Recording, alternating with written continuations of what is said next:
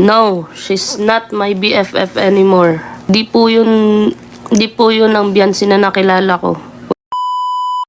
And hello guys, once again, welcome back muli sa ating channel, panibagong araw at panibagong reaction video at pag-uusapan. So re-reaction na lang po natin dito guys, yung pahayag po ni Kapitana Grace patungkol nga po sa kanyang dating best friend, no? Yung dating BFF na si Beyonce. So dito nga po, narinig po natin yung sinabi ni Kapitana Grace na hindi na po niya best friend itong si Beyonce. Ang layo na po ng ugali ng nakilala niyang Beyonce noon. So tunay nga na nag-iba yung ugali ni Beyonce, no? So dito nga po ay galit na galit si Kapitana Grace sa mga pang-aasar na ginawa nitong kampo ni Beyonce, kung saan kasama dito si Kapiso, nandito sila Ridsane at saka si Doc Love, no? So pinagtatawanan nila itong si Kuya Bal at saka ginaya pa kung paano magsalita si Kuya Bal. So bilang isang anak, syempre sobrang sakit po ito para kay Kapitana Grace. At dito talaga ay naiyak si Kapitana Grace dahil po sa kanyang nakita. So sino ba naman kasing anak ang matutuwa kung pinagtatawanan yung magulang mo sa social media, diba? Lalong-lalo pa na yung isa sa nang-aasar dito is yung tinatawag niyang BFF. So dito ay grabe yung hinanakit niya at kitang-kita po talaga natin na sobra pong nasaktan si Kapitana Grace sa mga ginagawa ng nitong si Kapiso at saka nitong kampo ni Beyonce. So atin pong balikan at panoorin kung ano pa yung mga hinanakit na nilabas ni Kapitana Grace dito sa kanyang live. Bago ang lahat, shoutout muna tayo sa ating ama ng Kalingap, Kuya Bal Santos Matubang, Ate Edna Vlog in Kalingap Rob. Suportahan po natin ang mga keyboys, Kalingap partners, mga charity vloggers sa Pilipinas na tumutulong sa ating mga kapapayang mahihirap. Huwag natin kalimutan. At syempre, yung makasama nating Kalingap reactors. At ito po yung lingkod Fluid TV. Baka naman, pakisubscribe ng ating channel, pakilike and share na rin ang ating video, at pakituro notification bell para laging updated every time na mag-a-upload po tayo ng ating reaksyon patungkol sa Kalingap. So ito nga po guys, atin mo lang panoorin ito nga pahayag na po ni Kapitana Grace. Alam niyo po yung feeling na grabe yung pagtitimpi mo. Kasi kagabi ko pa po nakita yun, pero madami po kasi akong ginagawa. Madami akong schoolworks, ganun. Sally Sampilo, hello po, shoutout. Sobrang pag-uugali naman. No, she's not my BFF anymore. Hindi po yun ang Beyonce na nakilala ko. Walang ganun. Walang ganung ugali ang Beyonce na nakilala ko. Kaya wag niyo pong sabihin best friend ko yun. Dea Silo po.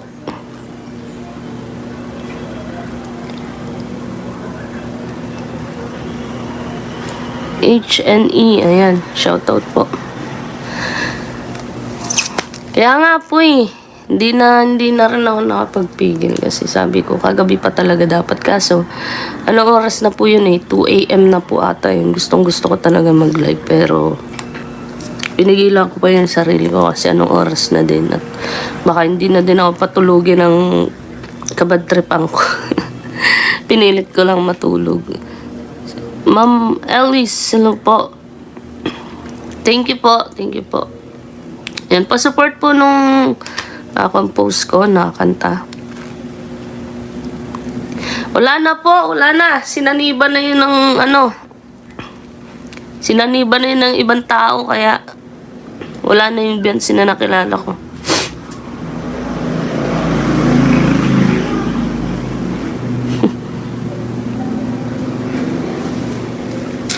Grabe.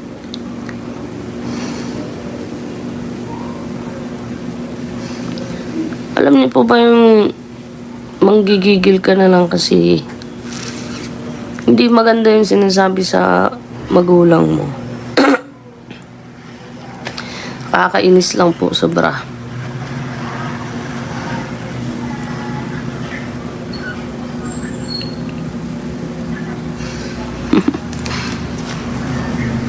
Hayaan nyo lang po sila.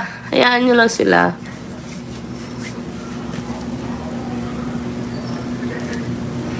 Hayaan nyo lang po silang maggagaganyan. Kasi may araw din naman po yan. Di naman...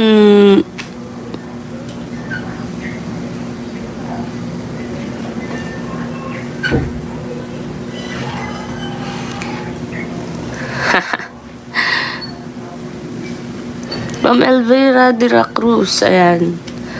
Okay lang po ang pag-aaral.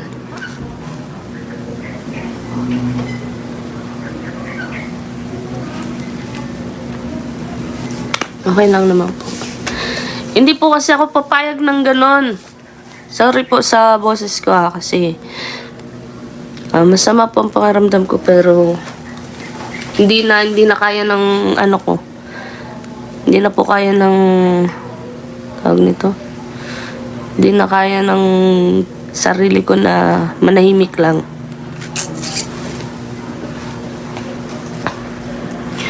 Opo, nasasaktan ako kasi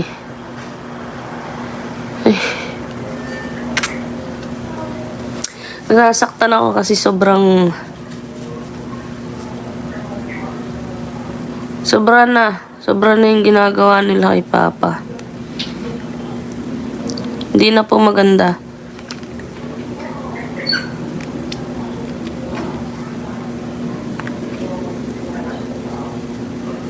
O pagsamantala. Sige, sabihin mo muna kung paano mapagsamantala.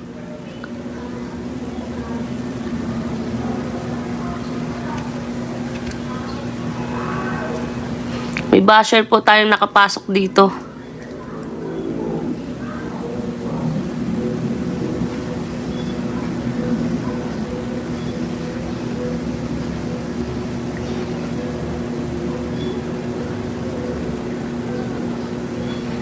Dave Christian, shout out.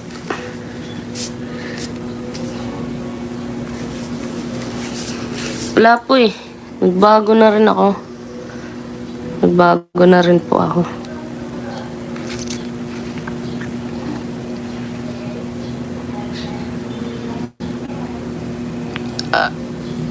Ardrin, hello po, shout out.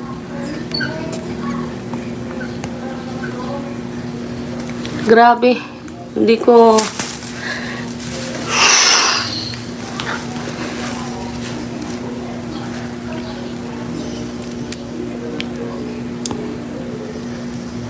Hindi ko kinakaya.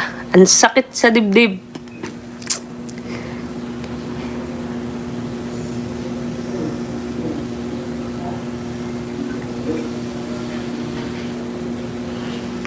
Sponsor po ang gumagastos. So, paano mo po masasabing sponsor ang nagagastos? Paano niyo po masasabi? Samantalang halos lahat ng sahod nila Papa, nila Kuya, sa kanila na pupunta. Sige nga po. Sige nga po.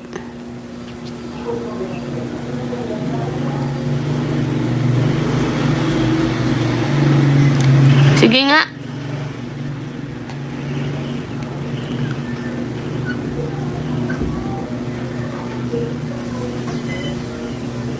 Bakit ako mag-iinarte? Sino ka ba? Ha? Sino ka ba?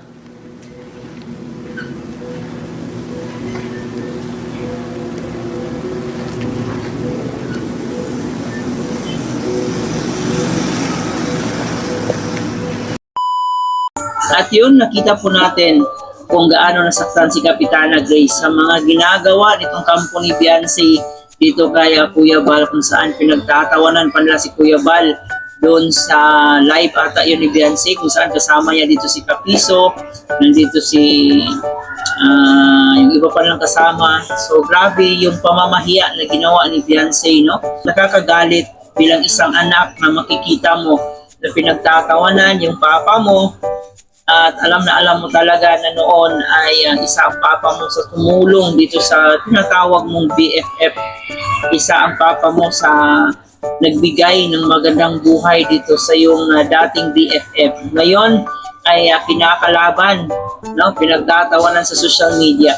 So walang anak na maging masaya.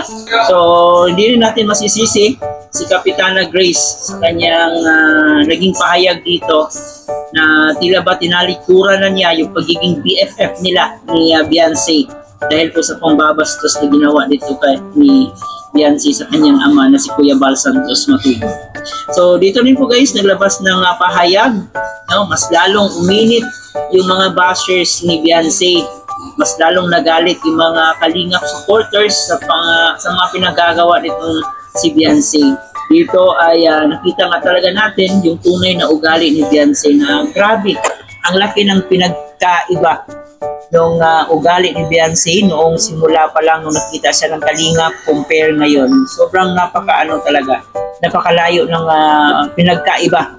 Kung dati sobrang mahinhin, halos hindi makapagsalita, ngayon pala ay grabe yung mga binitawan niyang pangungutya dito kay Kuya Bal. Talagang pinagtatawanan nila sa live. Nakaka-insulto po. Kaya siyempre, itong si Kapitana Grace ay talagang didepensahan niya yung papa niya. No? Dito siya papanig sa papa niya. Alangan naman papanig siya doon sa kanyang tinuturing na BFF na isang traidor. No? So dito talaga siya papanig sa kanyang ama. So sabi nga niya, wala na siyang BFF na Beyonce yung pangalan. Yung BFF niya na Beyonce noon ay ibang-iba na yung ugali ngayon. So kayo ba guys, ano pa yung masasabi nyo? Mas-share nyo yung comment patungkol nga po dito sa ugali ni Beyonce na sobrang ang laki talaga ng pinagbago. Hindi natin lubos akalain na may tinatago palang ibang ugali itong si Beyonce. Kasi alam po natin marami sa atin ang nakasubaybay sa EDC noon, no? Simula pa lang ng EDC, marami ang mga supporters talaga ng EDC. Hindi na kasi lahat ng EDC supporters ay sumuporta pa rin dito kay Beyonce ngayon. Marami pa rin ang nananatili dito sa Kalingap. So kayong tatanungin guys, ano yung masasabi nyo sa mga ipinapakita ni Beyonce dito sa kanyang ugali ngayon? I-comment nyo po dyan sa ating comment section. Once again, maraming salamat. Paki-like and share na ng ating video at paki-turn notification bell para laging updated every time na mag-a-upload po tayo. Ito po yung host na si Chloe TV. Thank you for watching.